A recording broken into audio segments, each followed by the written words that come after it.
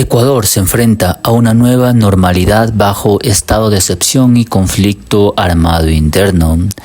Ecuador cierra una semana tumultuosa en la que distintos hechos de violencia llevaron al gobierno del presidente Daniel Noboa a declarar primero el estado de excepción y luego el estado de conflicto interno armado, tras la interrupción de un grupo de hombres armados a un canal de televisión durante una transmisión en vivo. ¿Cómo está viviendo la población esta compleja situación? Vamos a recorrer las calles del centro histórico. Al mediodía y hasta las 4 de la tarde se nota gente caminando, recorriendo, haciendo compras y visitando lugares atractivos en el centro histórico. Sin embargo, a partir de las 5 de la tarde, los locales se cierran completamente.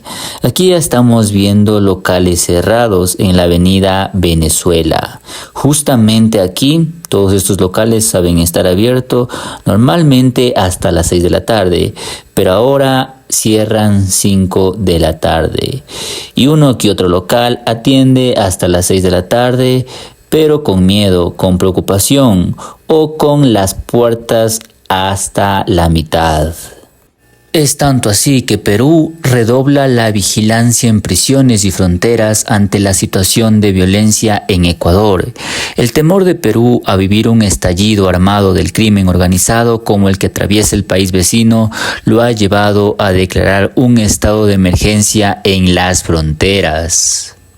El estado de excepción en Ecuador ha dejado de ser excepcional, dice experto.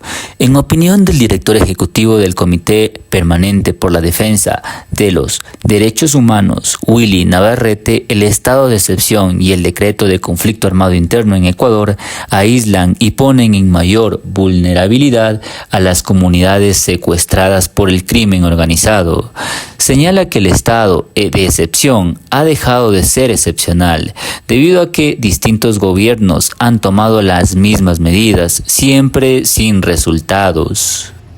Y esto se debe a que en los últimos 2 gobiernos y hasta Lenín Moreno puso estado de excepción.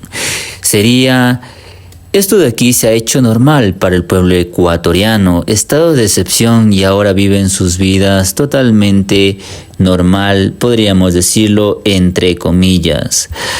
Antes un estado de excepción era toque de queda y nadie salía a partir de las 11, y ahora podemos ver a partir de las 11 carros, personas, incluso en los lugares donde es peligroso hay personas todavía atendiendo los locales, caminando, comprando, porque ya no es excepcional. Los choneros, los lobos, los lagartos, así se gestaron las 22 bandas más peligrosas de Ecuador. El gobierno marca como objetivos militares a unas peligrosas pandillas que suman 20.000 miembros. A orillas de uno de los brazos de mar que atraviesa todo Guayaquil, en el sector del Guasmo, que es uno de los barrios más grandes del sur de la ciudad, hay una calle con casas pequeñas levantadas de ladrillos, caña de madera y techo de hojas de zinc. Están construidas unas al lado de la otra, algunas hasta comparten la misma pared. Son 500 metros de asfalto, cemento y pobreza que oficialmente se llama Pueblo Nuevo, pero la conocen como el Cuartel de las Feas, como la famosa telenovela Betty la Fea. De este sitio surgió la banda delincuencial que se bautizó con ese nombre y que ahora es el objetivo militar tras la firma de un decreto presidencial que declaró el estado de guerra en Ecuador. Así es como se ve la Recoleta, lugar turístico emblemático y muy antiguo del centro histórico. Aquí tú vas a encontrar casas muy antiguas y personas que habitan aún o personas que ya no están viviendo en el país, sino en Europa o Estados Unidos. Vean, aquí está un fuerte militar, la parada del trole. Hagamos un pequeño resumen de lo que ha pasado en Quito. Quito vivió varios eventos violentos. La noche de lunes, la policía ha confirmado el incendio de un vehículo, el secuestro de un policía y la detonación de un explosivo en un puente peatonal. Se llama Puente de Guajaló. En el sector de San Luis de Chillogallo, en el sur de la capital, desconocidos incendiaron un vehículo que contenía 2 bombonas de gas licuado de petróleo, GLP. Este hecho no dejó víctimas, pero sí daños materiales. Las autoridades investigan si se trata de un coche bomba. Además, un policía fue secuestrado en la UPC Llano 1, en el norte de la capital. Sin embargo, los ataques han ocurrido en Esmeraldas, Pichincha, Azuay, El Oro, Los Ríos, Loja, Chimborazo y Guayas, según reportes de la policía y autoridades locales. Además, se reportó la fuga de presos de la cárcel de Riobamba, entre ellos Fabricio Colón Pico, sospechoso de querer atentar contra la fiscal Diana Salazar. Pero ¿por qué se ha deteriorado la seguridad de Ecuador? La seguridad en Ecuador ha empeorado desde la pandemia de coronavirus, que también afectó brutalmente a la economía ecuatoriana. La violencia carcelaria se ha vuelto cada vez más común, provocando cientos de muertes e incidentes que las autoridades han atribuido a batallas entre bandas delictivas por el control de las cárceles. Las muertes violentas a nivel nacional aumentaron a 8.008 en 2023, según ha dicho el gobierno, casi el doble de la cifra de 2022, que superó 4.500. La contienda presidencial de Ecuador el año pasado se vio empañada por el asesinato de un candidato anticorrupción, según decían. Pero ahora ya sabemos la joyita que ha sido.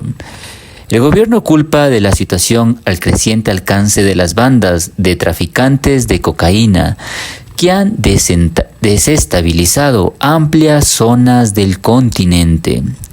Dentro de las cárceles de Ecuador, las bandas se han aprovechado del débil control del Estado para expandir su poder. Guayaquil, la ciudad costera más grande del Ecuador, es considerada la ciudad más peligrosa del país y sus puertos son un centro para el tráfico de drogas hacia Estados Unidos y Europa. Noboa asumió el cargo en noviembre, promocionando su Plan Fénix para la seguridad, que incluye una nueva unidad de inteligencia, armas tácticas para las fuerzas de seguridad, nuevas prisiones de alta seguridad y control reforzado en puertos y aeropuertos. El plan costará unos $800 millones, dijo el mandatario, aunque Estados Unidos proporcionará $200 millones en nuevas armas para el ejército.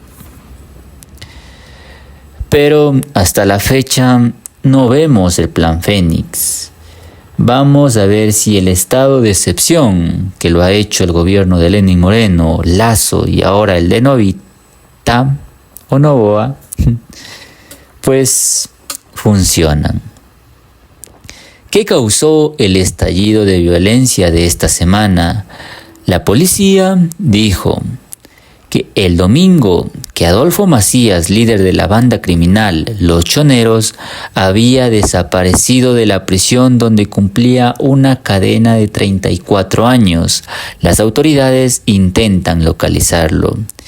Mientras tanto, a partir del lunes hubo incidentes de violencia en 6 prisiones, con al menos 150 guardias y otros miembros del personal tomados como rehenes por los presos, aunque 11 fueron liberados. 39 reclusos también escaparon de una prisión en Riobamba, aunque algunos han sido recapturados. El martes, la violencia se había extendido a las calles con 7 policías secuestrados e incidentes en todo el país y por lo menos 5 explosiones, confirmadas en varias ciudades aunque no hubo heridos. Noboa dijo que no negociará con terroristas, y el gobierno atribuyó la violencia a los planes de construir una nueva prisión de alta seguridad y trasladar a los líderes de las bandas delictivas encarceladas. ¿Qué está haciendo el gobierno de Ecuador para afrontar el problema? Noboa declaró el lunes el estado de emergencia por 60 días, una herramienta utilizada por su predecesor, Guillermo Lasso, con poco éxito, permitiendo patrullas militares incluso en las cárceles y establecimientos, un toque de queda nocturno a nivel nacional. En un decreto actualizado publicado el martes por la tarde, Noboa dijo que reconocía un conflicto armado interno en Ecuador e identificaba a varias bandas criminales como organizaciones terroristas y actores no estatales beligerantes, entre ellos los choneros. El decreto ordenaba a las Fuerzas Armadas neutralizar a los grupos. La coalición de Noboa tiene mayoría en la Asamblea Nacional, algo de lo que Lasso carecía, pero algunos ecuatorianos ya se preguntan por qué el presidente no está tomando medidas más duras contra los delincuentes. Noboa planea celebrar un plebiscito centrado en la seguridad a finales de año, que incluirá permitir la extradición de ecuatorianos buscados en el extranjero y la incautación de activos de presuntos delincuentes. Ecuador se encuentra en un momento crítico. El país está en medio de un conflicto de trascendencia, el ámbito del crimen organizado, tocando aspectos políticos, sociales y económicos. Durante 2 años, el país de casi 18 millones de habitantes ha sido dominado por una industria de narcotráfico cada vez más poderosa. Carteles internacionales de droga procedentes de lugares tan lejanos como Albania se ha unido a bandas locales de prisiones y calles, desatando una ola de violencia sin precedentes en la historia reciente del país. No en vano, la tasa de homicidios por cada 100.000 habitantes ha aumentado en más de un 300%. En 2023, batió su récord histórico de homicidios con 7.878, de los que solo se resolvieron 584. Este incremento no solo refleja la intensificación de la violencia en las calles, sino también un cambio profundo en el panorama del crimen organizado y su impacto en la sociedad ecuatoriana. Esta escalada de violencia se ha cobrado la vida de varios políticos y candidatos de alto perfil. La manifestación más reciente y alarmante del dominio de las bandas criminales en Ecuador se evidenció en el asesinato de varios candidatos, incluso de un candidato a presidente. Además, desde 2021, las prisiones ecuatorianas se han convertido en escenarios de enfrentamientos mortales entre bandas rivales, con más de 400 muertes reportadas. Estos incidentes subrayan la gravedad de la situación en el sistema penitenciario, que parece estar bajo el control de las mismas organizaciones criminales que el gobierno busca combatir. Las cárceles, lejos de ser espacios de rehabilitación, se han transformado en campos de batalla donde se libran guerras por el control y el poder entre diferentes facciones criminales. La droga es un elemento importante de este rompecabezas, y es que tras el acuerdo de paz en Colombia y la desmovilización de las FARC, Ecuador ha ganado mayor relevancia en el mercado internacional de drogas. La desintegración de las FARC llevó a una fragmentación de las cadenas de producción y distribución de cocaína, involucrando a grupos mafiosos ecuatorianos en el negocio. Estos grupos operan especialmente en la frontera con Ecuador, en los departamentos colombianos de Nariño y Putumayo, donde forman alianzas con carteles mexicanos y organizaciones europeas, principalmente de los Balcanes occidentales. Esta convergencia de organizaciones criminales de distintos países ha generado un escenario de disputa territorial y un incremento en la violencia en Ecuador. Destacan con este panorama dos carteles mexicanos, el cartel de Sinaloa, que se estima empezó sus operaciones en Ecuador alrededor del año 2003 con el envío de misiones y manteniendo un perfil bajo, y el cartel Jalisco, Nueva Generación. De este modo, las medidas adoptadas por Noboa, aunque necesarias, plantean desafíos significantes. Por un lado, existe la necesidad de controlar la violencia y el desorden. Por otro, es fundamental garantizar que las respuestas no vulneren los derechos humanos o conduzcan a un Estado autoritario, como lo hizo el gobierno de Lenín Moreno. La colaboración internacional y una estrategia integral que abarque desde la reforma del sistema judicial y penitenciario hasta el fortalecimiento de las instituciones democráticas serán cruciales para resolver esta crisis. Además, el gobierno debe tener cuidado de no caer en la trampa de medidas puntivas a corto plazo que no aborden las causas raíz del problema. En resumen, la alarmante tasa de homicidios y las muertes en las prisiones en Ecuador son síntomas de una crisis más profunda que requiere una solución integral y sostenida, que vaya más allá de las respuestas militares y punitivas, y aborde las raíces estructurales y sociales de esta problemática que está viviendo el país.